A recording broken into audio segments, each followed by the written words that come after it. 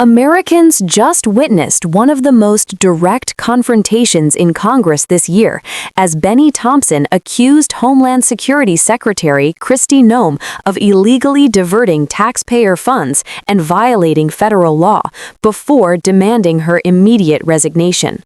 Thompson for his opening statement. Thank you very much, Mr. Chairman. And before I start, let me welcome Mr. Van Epps to the committee. Mr. Chairman, thank you for getting the Secretary of Homeland Security and National Counterterrorism Center Director here today.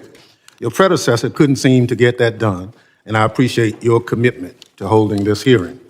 Each day, we've had more examples of Republicans abdicating their constitutional oversight responsibilities.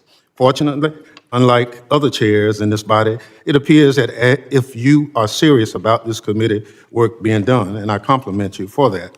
As I look at the witnesses table, though, I can't help but notice that FBI Director Kash Patel isn't here with Secretary Noem and Director Kent. I'd also say that we have just been provided Secretary Noem's testimony. I've been on the committee since its inception, and I've never had the rules violated where we couldn't get testimony so members of the committee could look at it until today. Today's hearing is supposed to be one of the most important exercises of this committee's oversight jurisdiction. Each year, we hear from the Secretary of Homeland Security, the Director of National Counterterrorism Center, and the Director of the Federal Bureau of Investigation, who is nowhere to be seen today. Maybe Director Patel is too busy spending taxpayers' dollars flying to his girlfriend's concert on the FBI's jet to answer questions from Congress. Maybe the FBI director isn't here because he's afraid of scrutiny from Democrats who want to know what the FBI is doing to keep America safe. Or maybe Director Patel knows that the Trump administration itself is a threat to Homeland Security and wants to hide from public accountability. On the other hand, Director Kent is here, which is good because we have questions for him about NCTC's work, as well as his comments about the January 6th insurrectionists he called, and I quote, political prisoners, unquote, who deserve to be pardoned. Some of the people he defended, however, are back in jail for crimes like plotting to murder FBI agents and possession of child pornography. It's scary that these unserious people are in charge of keeping America safe from terrorism.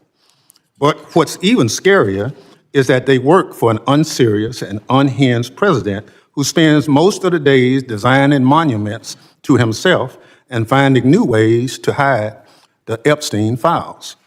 All of this puts America and its lives, people who live here, at risk every day. Now, Secretary Noem, everyone knows you love the spotlight.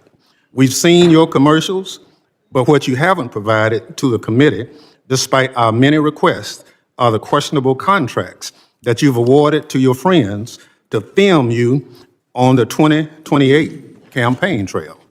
Unfortunately, this is nothing new. In their one big ugly bill, congressional Republicans gave you a blank check, Secretary Noem, and you have wasted no time spending it on yourself.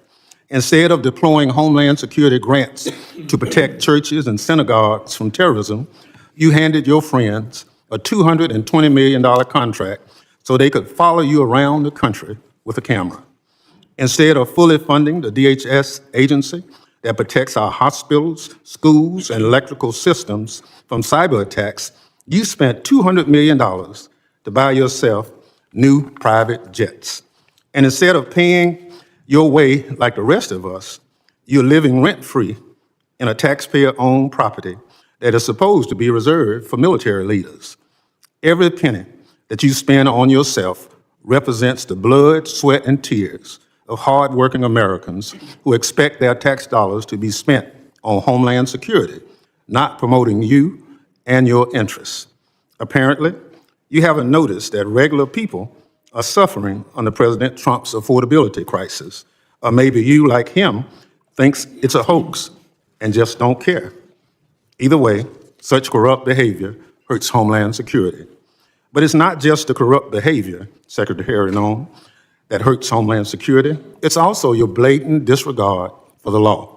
You cut programs and withheld congressionally appropriated money to prevent terrorist attacks and prepare for natural disaster. You eviscerated the Office of Civil Rights and Civil Liberties, which was supposed to keep DHS from violating Americans' constitutional rights. Within your own department, you illegally fired employees and retaliated against whistleblowers who reported wrongdoings at DHS. And during a shutdown, when frontline employees were working without a paycheck, your press shop never stopped using its social media accounts to push out racist and xenophobic posts. Throughout your tenure, you diverted resources from critical homeland security agencies and programs to carry out an extreme immigration agenda. You illegally ordered people deported to El Salvador, despite a federal court order and Department of Justice counsel instructing you to not do so. You illegally ignored a federal court order and shipped people off to South Sudan without due process. You are illegally blocking members of Congress from conducting oversight of ICE detention facilities, even though federal law demands that we have access. In the process of carrying out this extreme agenda, at your direction, DHS has terrorized, beaten, and detained hundreds, if not thousands, of American citizens. At your direction, DHS has illegally detained and deported American citizens, including U.S. citizen children with cancer. At your direction, DHS has illegally gassed, pepper sprayed, and put their knees on the necks of Americans, including military veterans and clergy. At your direction, DHS has illegally tackled, beat up, and humiliated United States citizens, including senior citizens. At your direction, DHS has illegally tased, maced, punched, and even shot Americans. Black and brown Americans, in particular, have been racially profiled, detained, and locked up, and sometimes with tragic consequences. It's just one awful incident. A pregnant U.S. citizen was reportedly thrown to the ground, kicked, and left in handcuffs for hours after immigration officers did not believe that she was an American. She later lost a baby. You cannot enforce the law by breaking the law, Secretary Noem. That's not how justice works. It's not right, and it's un-American. And when Congress tries to carry out its constitutional oversight responsibilities to question you about your department actions, you hide, often with the help of congressional Republicans. Never in the history of the committee has a Secretary of Homeland Security hidden from congressional oversight like you and your department have, Secretary Noem. Our oversight letters to you go unanswered. You owe us by extending the millions of Americans who sent us to Congress as their representatives a response to over a dozen letters. Your predecessor came before this committee regularly under administrations of both parties. But under President Trump, you and other department officials have rarely shown their faces at committee hearings. In the first year of President Biden's term, his administration made 28 appearances before this committee. 28. Under President Trump, DHS officials have appeared only 3 hearings before this committee, just 3. You, Secretary Noem, have appeared before this committee just twice. That's fewer appearances than your predecessor, Secretary Alejandro Mayorkas, who Republicans lambasted for not coming before the committee more often. It's interesting how my colleagues on the other side are now. Secretary Noem, I'll give you one thing. You showed up today rather than throwing a civil servant under the bus like Director Patel did. But you have systematically dismantled the Department of Homeland Security, put your own interests above the department, and violated the law. You are making America less safe. So rather than sitting here and wasting your time and ours with more corruption, lies, and lawlessness, I call on you to resign. Do a real service to the country and just resign.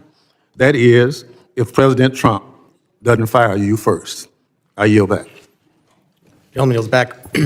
Other members of the committee are reminded that This oversight hearing exposed a defining constitutional question. Can an executive agency redirect congressionally approved funds without consequence? Congressman Bennie Thompson argued that Secretary Kristi Noem's leadership at DHS reflects a pattern of unilateral decision-making that bypasses congressional authority over appropriations.